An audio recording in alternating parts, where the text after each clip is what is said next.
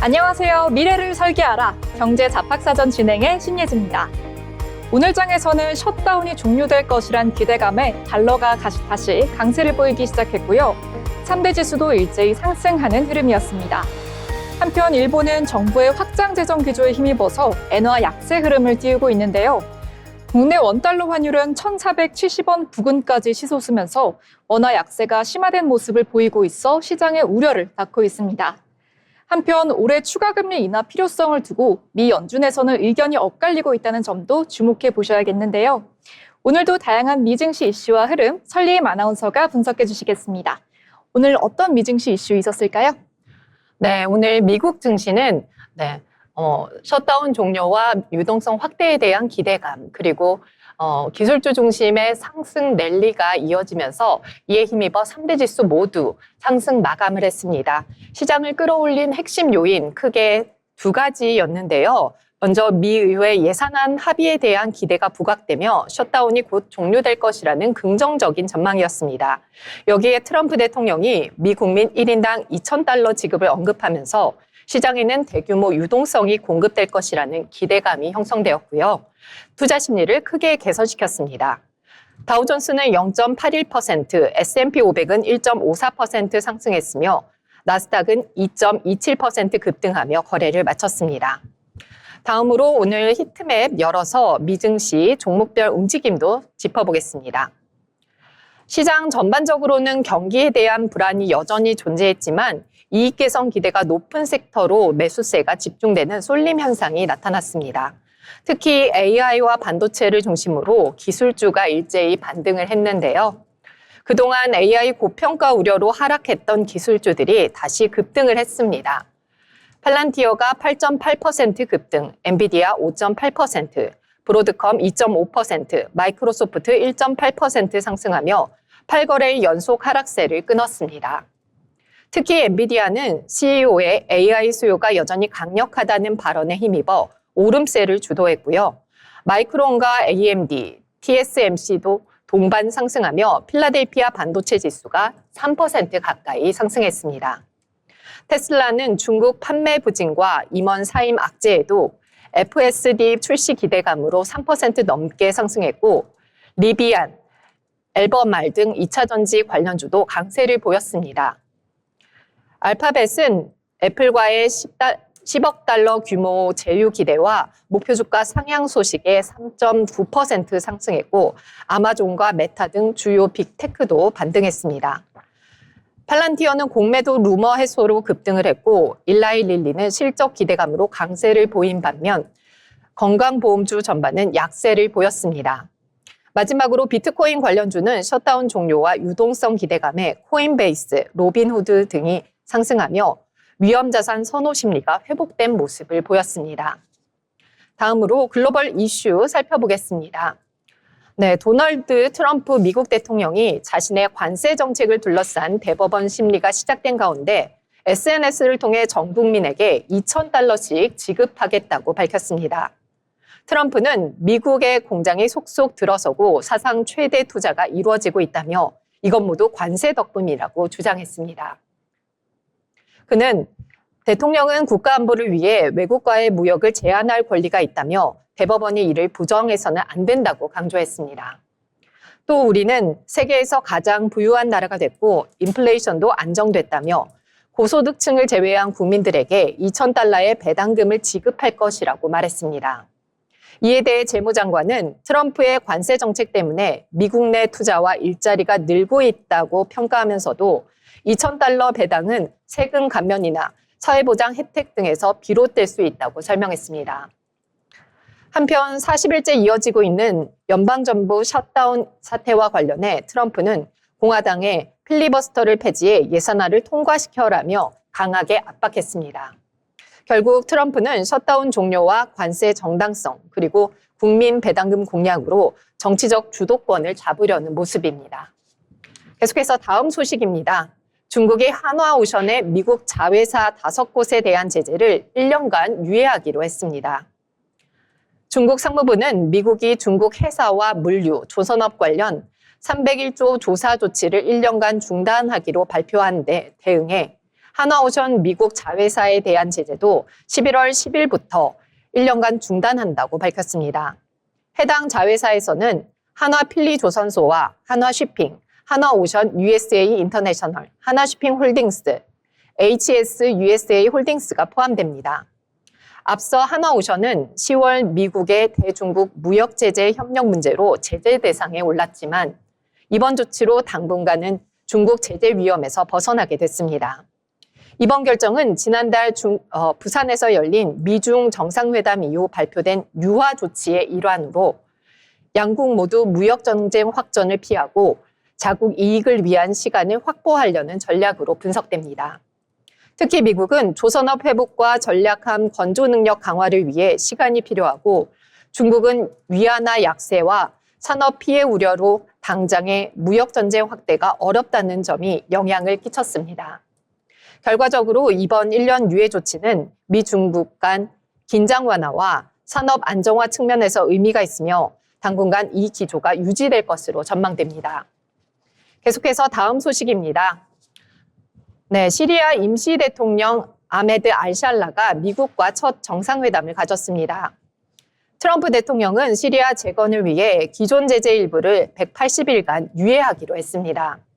알샬라 대통령은 과거 알카에다 영계 조직을 창설했지만 이후 결별하고 시리아 북부 반군 조직을 통합해 HTS를 결성했습니다. 이번 백악관 회담은 시리아 정상이 미국을 방문한 첫 사례로 수십 년간 고립된 시리아가 국제 무대로 복귀하는 상징적 장면으로 평가됩니다. 트럼프 대통령은 회담 이후 힘든 과거가 있었기에 기회를 잡을 수 있었다며 알샬라의 과거를 언급했고 미국은 시저법에 따른 제재 집행을 일시 정지하며 시리아 재건 지원 의지를 표명했습니다. 계속해서 다음 소식입니다. 오픈 AI가 건강관리 분야 진출을 검토 중입니다. 개인 건강비서나 건강데이터 집계 등 소비자용 건강도구 개발이 목표로 샘 올트먼 CEO도 GPT-5 발표 당시 건강관리에도 도움을 줄 수 있다고 밝힌 바가 있습니다. 오픈 AI는 의료 스타트업 창업자와 인스타그램 부사장을 영입하며 관련 조직을 강화했고 챗 GPT 이용자 중 상당수가 의료 관련 질문을 하고 있다고 전했습니다. 하지만 규제 문제가 과제로 남아 있습니다. 구글과 마이크로소프트, 아마존, 애플 등은 규제 이슈로 건강 산업을 축소하거나 중단한 전례가 있는데요. 그럼에도 불구하고 정부의 규제 완화와 이용자 관심 증가로 기회가 열리고 있으며 오픈 AI는 의료진 제약사와 협력해 신약 개발과 의료기술 공동 개발에도 나서고 있습니다. 네, 그럼 이어서 M7 종목별 이슈도 살펴보겠습니다. 네, 먼저 메타입니다. 네, 메타가 1,600개 언어를 인식하는 AI 음성인식 기술 옴니링규어를 공개했습니다. 기존 AI가 지원하던 수십 가지 언어뿐만 아니라 500종 저자원 언어도 문자로 받아 쓸 수가 있는데요. 이 기술은 소량의 음성 문자 데이터만 있어도 작동을 하며 전문가의 조정 없이 새로운 언어를 추가할 수가 있습니다. 다만 저자원 언어는 오류 가능성이 상대적으로 높습니다. 메타는 70억 매개 변수 음성 인코더와 소수 언어 350종 말뭉치를 오픈소스로 공개해 누구나 활용할 수 있도록 했습니다. 옴니링규얼은 AI 음성인식의 언어 범위를 크게 넓히고 글로벌 접근성을 높이는 기술로 평가됩니다. 다음 소식입니다. 애플이 아이폰 에어 후속 모델 발표를 연기하기로 했습니다. 판매 실적이 기대에 못 미친 탓으로 엔지니어와 공급업체의 출시 일정은 취소했다고 통보했으며 새로운 일정은 아직 없습니다. 이에 따라 내년 가을에는 아이폰 18 시리즈와 폴더블 아이폰만 출시될 전망입니다. 주요 제조사인 폭스콘은 아이폰 에어 생산 라인 대부분을 해체했고 럭스쉐어도 지난달 생산을 종료했습니다.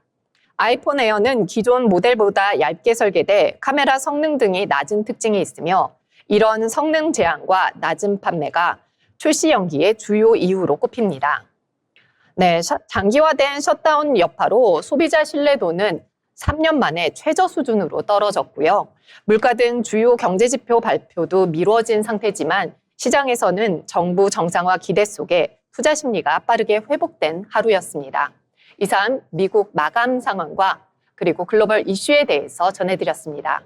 네, 설예임 아나운서와 미증시 이슈 그리고 글로벌 이슈에 대해서 알아봤는데요.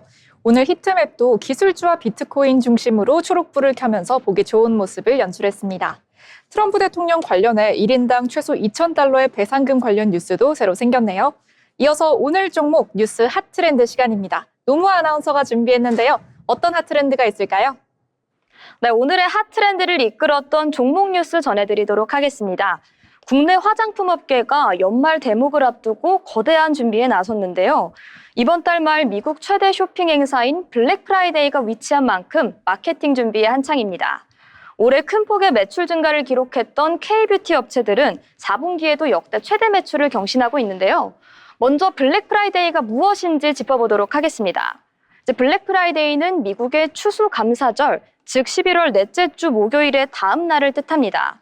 아마존을 비롯한 글로벌 유통기업들은 이 블랙 프라이데이를 전후해서 대규모의 할인 행사를 진행하곤 하는데요. 특히 아마존은 이 블랙 프라이데이 전후 열흘 동안 블랙 프라이데이 위크란 이름으로 굉장히 다양한 할인 행사를 진행합니다. 뷰티와 전자제품, 그리고 생활용품 등 주요 카테고리에서 굉장히 큰 폭의 할인이 이루어진다고 하는데요. 전 세계 소비자들의 주목이 집중되는 코너인 만큼 이 시기에 굉장히 다양한 브랜드들이 마케팅 준비를 진행하고 있습니다.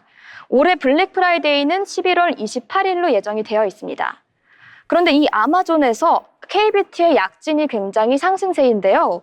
현재 미국 아마존에는 1,200개가 넘는 K뷰티 브랜드들이 입점해 있습니다. 총 약 2만 개의 제품이 판매되고 있는 상황인데 지난해 아마존 미국 제품에서 K뷰티 제품의 판매량은 2023년과 비교했을 때 약 70%가량이나 증가했습니다. 올해 한국 뷰티셀러의 수도 전년 대비 2자릿수 이상 증가했는데요.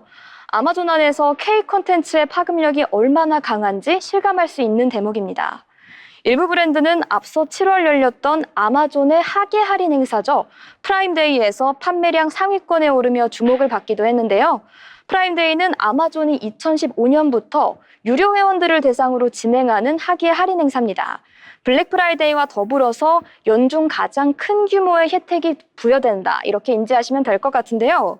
이 미국 뷰티 마케팅 업체 나비고에 따르면 올해 아마존 프라임데이의 화장품 부문에서 APR의 메디큐브가 전체 매출 1위에 오르는 기염을 토했습니다. 같은 기간 아모레퍼시픽의 라네즈는 3%로 9위, 뷰티 셀렉션의 바이오돈스는 2.9%로 10위에 각각 이름을 올렸습니다. 메디큐브는 올해 프라임데이에서 전년 행사 대비 6배 늘어난 300억대 규모의 매출을 자랑했는데요. 주력 제품인 제로모공 패드는 행사의 시작과 함께 뷰티 제품 전체 획수 1위에 오르기도 했습니다. 라네즈의 대표 제품인 립 슬리핑 마스크, 그리고 립 글로이밤 같은 제품들은 각각 립 케어와 립 글로스 분야에 1위를 차지했습니다. 바이오돈스 역시 프라임데이 기간 대표 제품이 150만 장이나 넘게 판매되면서 얼굴 마스크 부분 1위에 오르기도 했는데요. 이렇게 K뷰티의 미국 시장 공략 호조는 수출 통계에서도 확인됩니다. 지난달 미국으로의 화장품 수출액은 1억 6,200만 달러로 약 2,360억 원에 해당했습니다. 이는 전년 동기 대비 22.2%나 증가한 수치였는데요. 한국보건산업진흥원에 따르면 올해 3분기 화장품 수출액은 85억 2천만 달러, 약 12조 2천억 원이었습니다. 이는 K뷰티가 글로벌 시장에서 지속적으로 성공하고 있음을 보여주는 지표입니다. 업계는 블랙 프라이데이를 계기로 이 4분기 실적은 더욱 개선될 것으로 보고 있습니다. 뷰티업계 관계자에 따르면 아마존 블랙 프라이데이 시기엔 미국인들의 소비가 집중되기 때문에 단기간 매출이 큰 폭으로 뛰는 경향이 있다고 하는데요. 최근 미국 내 K뷰티의 인기가 높아졌고 아마존 역시 이 K뷰티를 적극적으로 지원하고 있는 상황이기 때문에 올해 행사에서도 브랜드들은 굉장히 좋은 성과를 낼 것으로 전망된다고 합니다. 실제로 일부 업체들은 블랙 프라이데이 기간 동안의 매출이 평소에 5배에서 10배까지 증가하는 것으로 알려졌습니다. 연말 선물 수요까지 겹치면서 11월과 12월은 K뷰티 업체들의 최대 성수기가 되어가는 중입니다. 네, 이렇게 K뷰티는 미국 최대 쇼핑 시즌을 맞아서 분주한 기간을 맞이하고 있습니다. 프라임데이에서 입증한 경쟁력을 바탕으로 블랙 프라이데이에서도 그 성과를 보여줄지가 주목되는데요. 이상으로 오늘의 종목 뉴스 전해드렸습니다. 네, 정말 요즘 시즌에 딱 맞는 이슈로 블랙 프라이데이 이슈 가져오셔서 잘 들은 것 같습니다. 특히 아마존 프라임데이에서 ATR의 메디큐브가 1등을 했다는 사실 참 놀라운데요. 이어서 알아두면 좋은 이슈들을 정리한 모이슈 시간입니다. 소라영 아나운서가 준비하셨는데요. 어떤 내용 들고 오셨을까요? 네, 이제는 놀랍지도 않죠. K-팝이 그래미 후보에 올랐다. 이 한 문장만으로도 예전엔 전 세계가 들썩였었는데요. 이번엔 블랙핑크 로제의 아파트, 그리고 영화 K-팝 데몬헌터스의 수록곡 골든이 나란히 그래미 올해의 노래 본상 후보에 이름을 올렸습니다. 방탄소년단 이후 3년 만, 그리고 여성 K-팝 아티스트로서는 사상 최초입니다. 네, 그래미 어워즈는 단순한 인기 시상식이 아닙니다. 음악성으로만 평가받는 세계 최고 권위의 무대죠. 미국 레코딩 아카데미 소속 10,000명의 음악가들이 직접 투표해 후보와 수상자들을 직접 결정하기 때문에 후보에 오르는 순간 이미 음악인들의 인정을 받은 겁니다. 그래서 K-팝 두 곡이 동시에 본상 후보에 올랐다는 건 이제 한국 음악이 주류의 중심에 섰다라는 상징이기도 하죠. 그래서 올해 전 세계를 휩쓴 애니메이션, 바로 K-팝 데몬헌터스. 그 시그니처 곡인 골든이 그래미 본상 후보에 올랐습니다. K-팝 리듬에 할리우드식 오케스트레이션을 얹은 하이브리드 사운드로 평가받고 있죠. 작곡가 이제는 이건 단순한 수출이 아니라 한국식 감각이 세계 표준안으로 들어간 순간이라며 소감을 전했습니다. 이제 K-팝은 더 이상 세계로 수출되는 음악이 아니라 세계가 함께 만드는 음악이 된 겁니다. 로제의 아파트는 완전히 다른 결의 곡입니다. 화려한 사운드 대신 여백과 감정을 선택했죠. 도시의 외로움과 인간의 정서를 미니멀하게 표현한 이 곡은 그래미가 가장 중요하게 보는 보컬 표현력과 작곡 완성도 모두를 인정받았습니다. 이번에 로제는 올해의 노래, 올해의 레코드, 베스트 팝 솔로 퍼포먼스까지 총 3개 부문 후보에 이름을 올렸습니다. 그야말로 K-팝 여성 솔로의 새로운 역사입니다. 그래미 본상 지출은 단순한 기록이 아닙니다. 2021년 방탄소년단이 다이너마이트로 K-팝의 문을 처음 열었다면 이제 로제와 캐데어는 그 문을 완전히 통과한 셈입니다. 한쪽은 감성 중심의 음악성, 다른 한쪽은 콘텐츠 산업과의 융합. 두 방향 모두 K-팝이 하나의 장르를 넘어 문화 산업이 되었음을 보여줍니다. 다시 말해 K-팝은 더 이상 한류가 아니라 글로벌 스탠더드가 된 거죠. 그래미 어워즈는 내년 2월 1일 미국 로스앤젤레스에서 열립니다. 결과가 어떻게 나오든 이제 그래미 무대는 꿈의 무대가 아니라 도전의 무대가 되고 있습니다. K-팝은 지금 수상을 넘어서 영향력의 시대를 향해 가고 있습니다. 이제 놀랍지도 않다. 이 한마디가 K-팝에겐 가장 멋진 찬사로 남을 것 같습니다. 결국 이번 주의 키워드는 2가지입니다. 하나는 아파트, 감정의 깊이로 세계를 울린 음악. 또 하나는 골든, K 콘텐츠의 확장성을 보여준 사운드.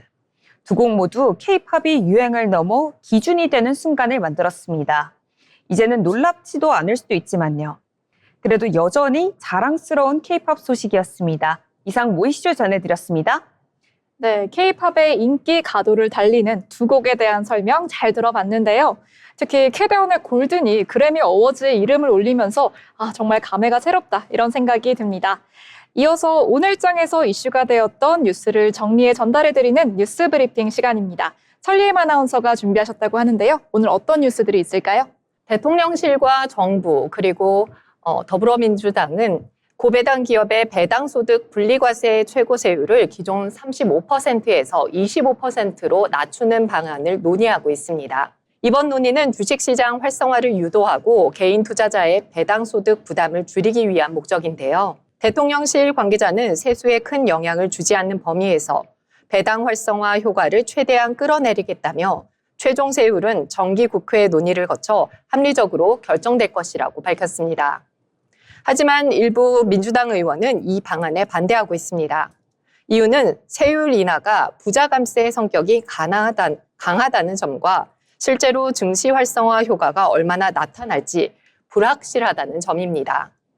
한 의원은 개인 투자자 1,700만 명이 그중 연 평균 배당 소득이 1인당 170만 원인데 배당으로 연 2천만 원 이상을 버는 투자자가 얼마나 되겠느냐며 지적했습니다. 그럼에도 여당 지도부는 다수 의원이 배당 소득 분리과세 최고 세율 인하에 공감하고 있다고 전하며 늦지 않게 개별 의견을 조율해 최종 세율을 확정할 것이라고 기대하고 있습니다. 의원들은 세율 인하에 동의하지 않더라도 유동성을 생산적인 쪽, 즉 증시로 유도해야 한다는 기본적인 취지에는 공감하고 있는 상황입니다.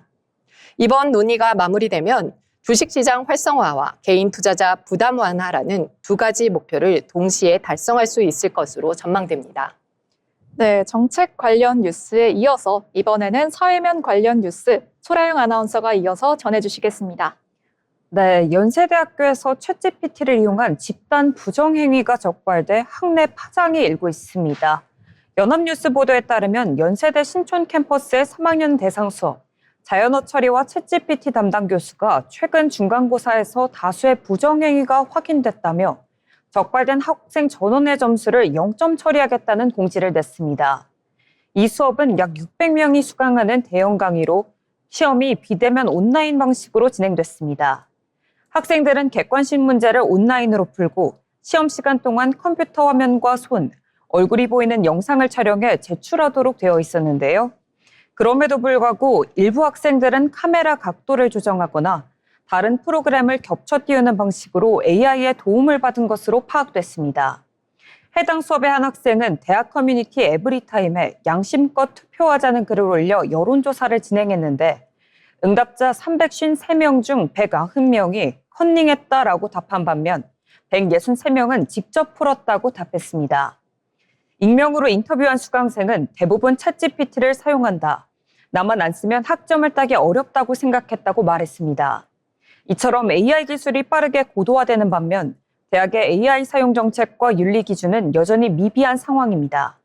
한국직업능력연구원 조사에 따르면 4에서 6년제 대학생의 91.7%가 과제나 자료 검색에 AI를 활용한 경험이 있다고 답했지만 전국 131개 대학 중 71.1%는 아직 생성형 AI 가이드라인을 마련하지 못한 상태입니다.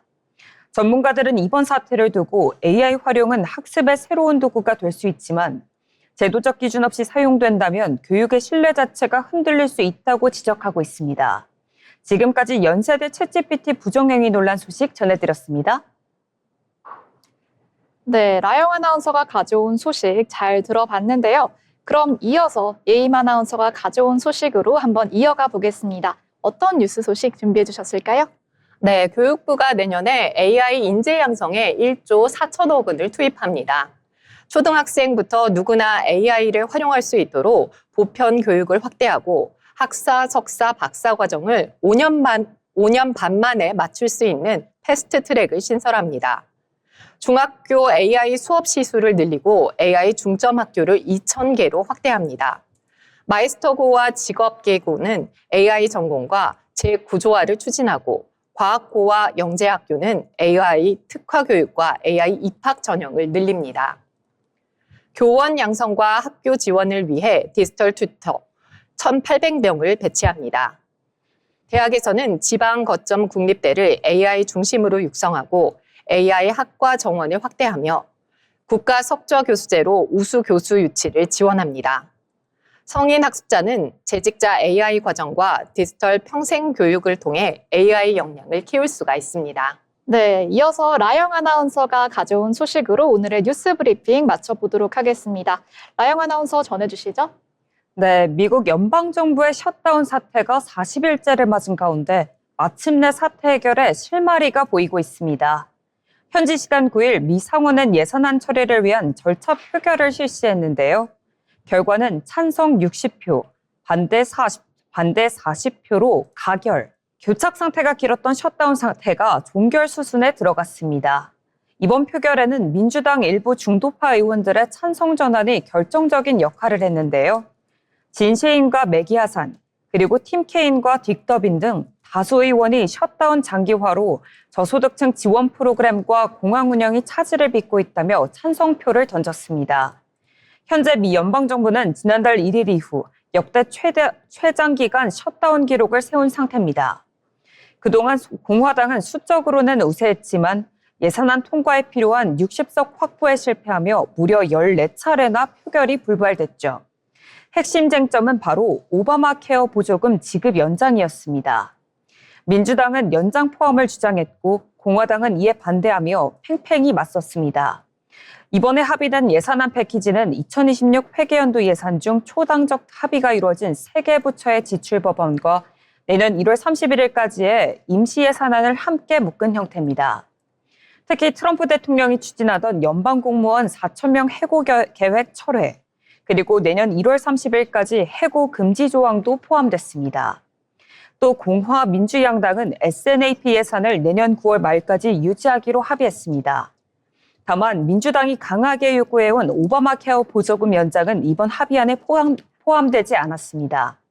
공화당 존 상원 원내대표는 셧다운이 종료되면 12월 둘째 주까지 별도 표결을 진행하겠다고 약속했습니다.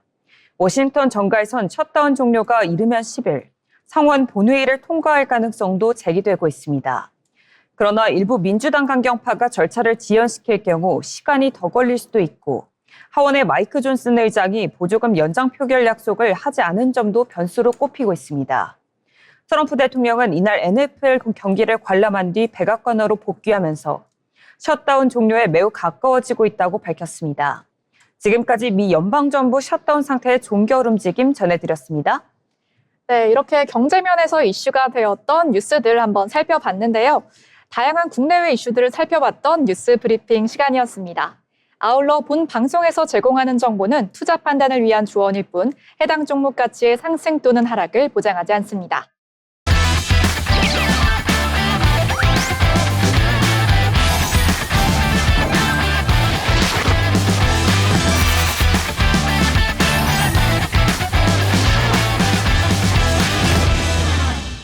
이어서 오늘 국내장의 마감 시황을 한번 살펴보려고 하는데요. 노무 아나운서가 마감 시황 전해주겠습니다. 네, 11월 11일 국내 증시 마감 상황 전해드리도록 하겠습니다. 오늘 코스피는 4,100선에서 마감하는 모습을 보여줬는데요. 미국 연방정부 셧다운 종료에 대한 기대감, 그리고 반도체주의 상승세에 대한 기대감의 영향을 받은 것으로 풀이됩니다. 그러면 자세한 상황 지수와 함께 살펴보도록 하겠습니다. 먼저 오늘 코스피 전거래일 대비 33.15포인트 오른 4,106.39포인트의 거래를 마쳤습니다. 이날 코스피는 장개장 직후 불기둥을 세우면서 출발했는데요. 이후 점차적으로 상승폭을 줄여나갔지만 결과적으로 상승 마감했습니다. 수급 살펴보시면요. 오늘의 상승세를 이끈 건 바로 기관과 외국인이었습니다. 개인이 홀로 2,820억 원어치를 팔아치운 반면 기관과 외국인은 동반 매수에 나섰는데요. 셧다운 종료에 대한 기대감이 터지면서 외국인의 투자 심리는 개선된 것으로 보입니다. 외국인은 지난 3일부터 10일까지 연속으로 매도를 진행했지만 이날은 순매수로 돌아서는 모습을 보였습니다. 다음으로는 코스닥 상황 살펴보도록 하겠습니다. 이날 코스닥은 코스피와는 반대되는 흐름을 보였습니다. 전거래일 대비 4.08포인트 내린 884.27포인트의 거래를 마쳤는데요. 장 개장 직후 상승 출발하긴 했지만 이후 계속해서 상승폭을 줄여나가는 모습이었는데 이후 반등에 성공하지 못하면서 결과적으로 하락 마감했습니다. 코스닥 수급 살펴보시면요. 이날 개인과 기관은 동반 매수에 나섰습니다. 개인이 771억 원을, 기관이 163억 원을 사들였지만 외국인이 홀로 823억 원어치를 팔아치우는 모습 나타났습니다. 이렇게 지수의 흐름 정리해 봤는데요. 다음으로는 코스닥 시장, 코스피 시장의 시가총액 상위 종목들 살펴보도록 하겠습니다. 먼저 코스피 시가총액 상위 10개 종목의 흐름 보도록 하겠습니다. 혼조세를 나타내는 모습이었는데요. 전반적으로 반도체주들의 흐름이 좋았습니다. 삼성전자의 경우에는 전거래일 대비 2.88% 오른 10만 3,500원 선에서 종가를 형성했는데 전반적으로 두산에너빌리티 등 방산주의 흐름은 좋지 못했습니다. 전거래일 대비 1.76% 떨어지며 7만 8,200원에 거래를 마쳤습니다. 다음으로는 코스닥 시가총액 상위 종목들 살펴보도록 하겠습니다. 역시 혼조세를 나타냈는데요. 전반적으로는 파란불 켜내는 모습이었습니다. 알테오젠의 경우 전거래일 대비 2.3% 하락하며 51만 원의 종가를 형성했고 7.05% 오른 에코프로의 성장세에 주목하면 좋을 것 같습니다. 전거래일 대비 6,200원 오르면서 94,100원의 종가를 형성했습니다. 이렇게 오늘 시가총액 상위 종목들의 흐름까지 알아봤는데요. 셧다운 증가에 따라서 미국 소비자 물가 등 각종 경제 지표가 발표됐고 오는 20일 엔비디아 실적을 두 가지 중요 분기점으로 제시하면서 우리 증시 역시 긍정적인 역할을 받은 것으로 풀이됩니다. 이것으로 오늘의 마감 시황 마칩니다. 네, 노무 아나운서가 오늘의 마감 시황 잘 전해주셨습니다. 이어서 오늘 장에서 주목받았던 종목들을 소개하는 특징주 브리핑 시간입니다. 먼저 소라영 아나운서가 준비한 특징주부터 살펴볼 텐데요. 어떤 특징주 들고 오셨을까요? 네, 제가 오늘 준비한 특징주 바로 파라다이스입니다. 하나증권이 오늘 발표한 보고서에서 파라다이스의 3분기 실적이 기대에 미치지 못했다며 목표 주가를 10% 하향 조정, 27,000원으로 제시했습니다. 투자 의견은 매수를 유지했는데요.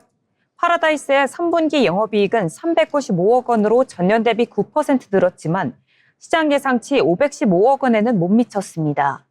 이기훈 하나증권연구원은 9월 매출이 올해 들어 가장 낮았고 파라다이스 세가 3위 영업이익도 18% 감소한 222억 원으로 부진했다고 분석했습니다. 또 일회성 비용과 광고 판촉비로 약 26억 원 정도 집행된 점도 수익성 약화 요인으로 꼽았습니다. 특히 눈에 띄는 부분은 롯데 관광개발의 영업이익이 3분기부터 파라다이스를 앞질렀다는 점입니다. 이 연구원은 양사 간 인당 드롭액이 무려 5에서 6배 차이 나는 수준이라며 파라다이스는 제한된 객실 수로 인해 단기적으로는 VIP 중심 전략에 머물 수밖에 없는 구조라고 진단했습니다. 여기에 기대를 모았던 인천 하얏트 웨스트 호텔 인수 효과도 예상보다는 늦어질 전망입니다. 호텔 인수일이 당초 10월 말에서 12월 19일로 연기되면서 임시 개장 시점도 내년 1에서 3월로 지연될 가능성이 크다고 밝혔습니다. 다만 인수가 완료되면 호텔 객실이 약 70% 늘고 일본과 가까운 지리적 이점 덕분에 일반 고객 유입 확대의 모멘텀이 될 것으로 전망했습니다. 현재 파라다이스의 전날 종가는 17,190원입니다. 그럼 파라다이스의 차트 한번 보시겠습니다. 오늘 파라다이스는 16,700원에 시작해 16,700원까지 올랐다가 14,600원에 거래를 마쳤습니다. 네, 파라다이스 관련 소식 잘 전해주셨는데요. 이어서 제가 가져온 특징주 소개해 보겠습니다. 금융과 증권주가 배당소득 분리과세 완화 추진에 강세를 보인 하루였습니다. 10일 한국거래소에 따르면 오후 기준 하나금융지주는 전거래일 대비 5%대 오른 97,200원에 거래되는 모습을 보였습니다. 10만 1,100원을 찍으면서 1년 내 최고가를 경신하는 모습도 보였는데요. 어제 이렇게 최고가를 찍은 반면 오늘은 하락 마감했습니다. 같은 시간 KB금융이나 신한지주, 우리금융지주, 한국금융지주 등도 모두 상승세를 보였습니다. 금융주와 증권주의 강세는 당정이 배당소득 분리과세 완화를 추진하기로 하면서 고 배당주에 대한 투심이 자극된 것으로 풀이됩니다. 박수현 더불어민주당 수석대변인은 전날 국회에서 열린 고위정당 협의회 결과 브리핑에서 배당소득 분리과세를 정부안 35%에서 민주당 의원 아닌 25%로 낮추는 방안을 추진하기로 했다고 밝혔습니다.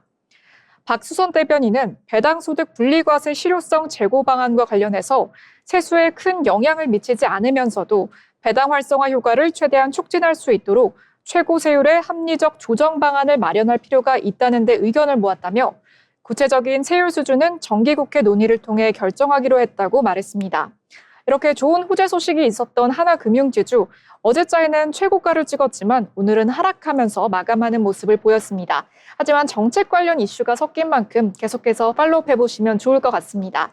이어서 설리임 아나운서가 준비한 특징주 한번 살펴보려고 하는데요. 어떤 특징주 가져오셨을까요? 네, 오늘 제가 준비한 특징주 바로 클래시스입니다. 네, 합병 효과와 해외 시장 성장 기대감에 힘입어서 오늘 클래시스 강세를 보였는데요. 클래시스는 피부 미용 장비와 제품을 개발, 판매하는 기업입니다.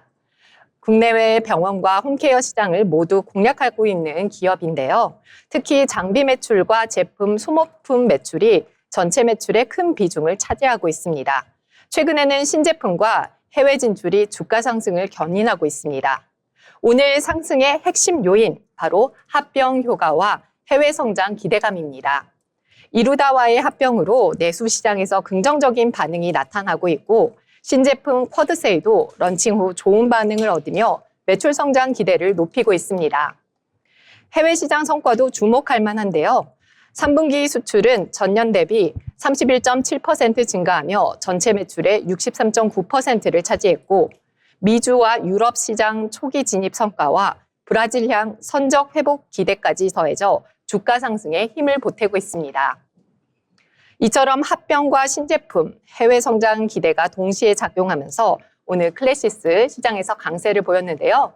계속해서 차트 살펴보면서 말씀드리겠습니다.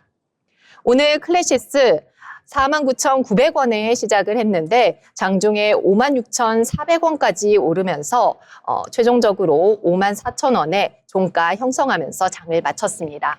네, 파라다이스와 하나금융지주 그리고 클래시스까지 오늘의 특징주 한번 들어봤는데요. 이렇게 특징주를 소개하는 시간, 오늘자 이슈가 되시는 특징주 보면서 투자 판단에 참고하시기 바랍니다. 이어서 오늘 방송의 마지막 시간이죠. 증권사에서 발행한 투자 리포트를 전해드리는 투자 리포트 시간입니다. 설리임 아나운서가 가져오셨다고 하는데요. 어떤 투자 리포트 가져오셨을까요? 네, 두 아나운서님께 여쭤보고 싶은데요. 네. 혹시 BTS 하면 어떤 종목이 떠오르시나요? BTS, 하이브? 네. 맞습니다. 오늘 준비한 투자 리포트 바로 하이브에 관해서인데요. 네, 오늘 명실상부 K-팝의 글로벌 선두주자이자 그리고 멀티 레이블 체제를 통해 혁신을 주도하고 있는 기업 하이브와 글로벌 엔터테인먼트 산업의 구조적 변화까지 함께 짚어보도록 하겠습니다. 최근 몇 년간 하이브는 메인 아티스트인 BTS의 활동 공백에도 불구하고 멀티 레이블 전략과 글로벌 팬덤 플랫폼 위버스를 기반으로 안정적인 성장을 지속하며 엔터테인먼트 업계의 패러다임을 바꾸고 있습니다. 특히 최근 분기 실적에서 공연 매출이 역대급 성과를 기록하며 IP 수익화 구조가 더욱 다각화되고 있다는 평가를 받고 있습니다. 먼저 하이브는 2005년 빅히트 엔터테인먼트로 설립되어 2021년 현재의 사명으로 변경된 종합 엔터테인먼트 기업입니다. 핵심은 멀티 레이블 체제입니다. 하이브는 빅히트 뮤직, 플레디스 엔터테인먼트, 빌리프 랩 등 다수의 독립 레이블을 산하에 두고 있는데요. 이는 특정 아티스트에 대한 의존도를 낮추고 다양한 장르와 스타일의 IP를 확보하여 리스크를 분산하는 혁신적인 구조입니다. 하이브의 핵심 경쟁력, 아티스트 IP와 이를 뒷받침하는 기술적 플랫폼입니다. 먼저 위버스 플랫폼은 아티스트와 팬이 소통하고 앨범과 MD 구매, 유료 컨텐츠 시청까지 가능한 올인원 플랫폼인데요. 3분기 누적 기준 흑자 전환에 성공했으며 디지털 멤버십과 광고 등 신규 수익 모델을 도입해 플랫폼 수익화에 박차를 가하고 있습니다. 그럼 실적으로 한번 들어가 보겠습니다. 하이브는 2025년 3분기 연결 기준 매출액 7,272억 원을 기록하며 분기 기준 역대 최고 매출을 경신했습니다. 이는 전년 동기 대비 약 37.8% 증가한 수치인데요. 다만 영업 손실 422억 원을 기록하며 상장 이후 첫 분기 적자를 기록했습니다. 이는 북미 사업 구조 개편과 신규 IP 확장을 위한 대규모 투자와 일회성 비용이 일시적으로 반영된 결과입니다. 하이브는 단기적인 비용 증가에도 불구하고 중장기적인 성장 모멘텀이 매우 풍부하다는 평가를 받고 있는데요. 가장 먼저 BTS 완전체 활동 재개를 꼽을 수가 있습니다. 2025년 상반기부터 순차적으로 BTS 완전체 활동이 재개될 예정인데요. 이는 앨범과 공연, MD, 플랫폼 등 전방위적인 매출과 이익률 개선의 핵심적인 동력이 될 전망입니다. 최근 데뷔한 아일릿, 투어스, 그리고 글로벌 그룹 캐츠아이 등 신인 그룹들이 내년에는 본격적인 월드 투어와 컨텐츠 활동을 통해 실적에 기여하며 성장축을 다변화할 것입니다. 플랫폼 수익 모델 확대 역시 빼놓을 수가 없는데요. 위버스는 멤버십 플러스 출시 및 광고 모델 도입, 중국 QQ 뮤직과의 협력 등을 통해 유료 전환율 및 월간 활성 이용자 수 증가를 목표로 하며 안정적인 구독 경제 모델로의 진화를 꾀하고 있습니다. 그렇다면 증권사들은 어떻게 보고 있을까요?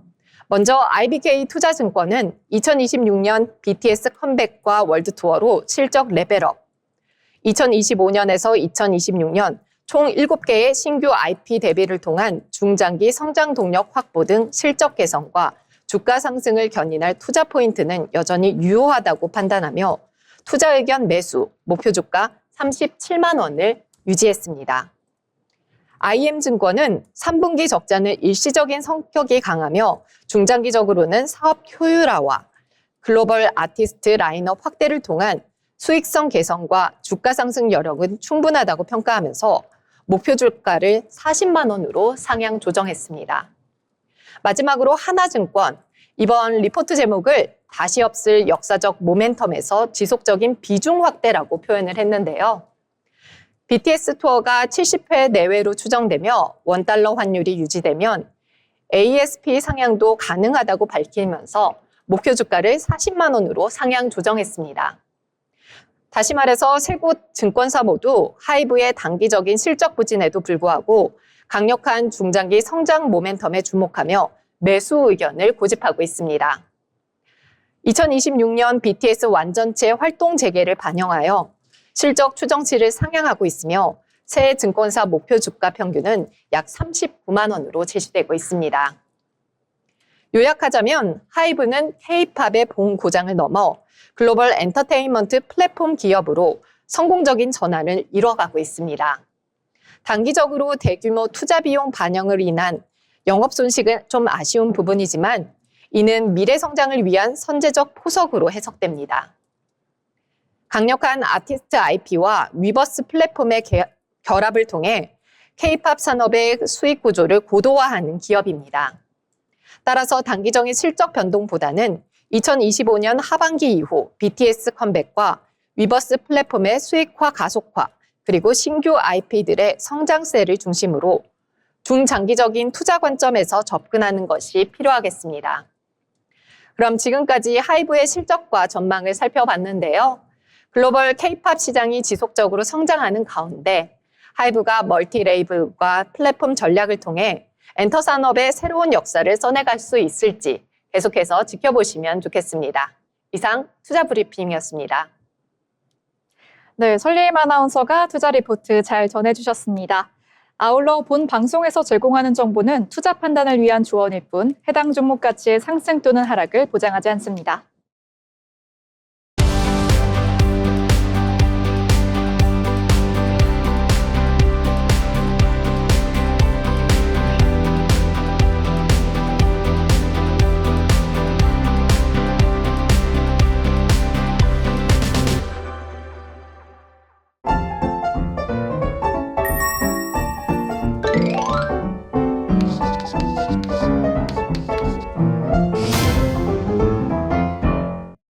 오늘 장을 한 줄로 되새겨보는 한 줄평 브리핑 시간입니다.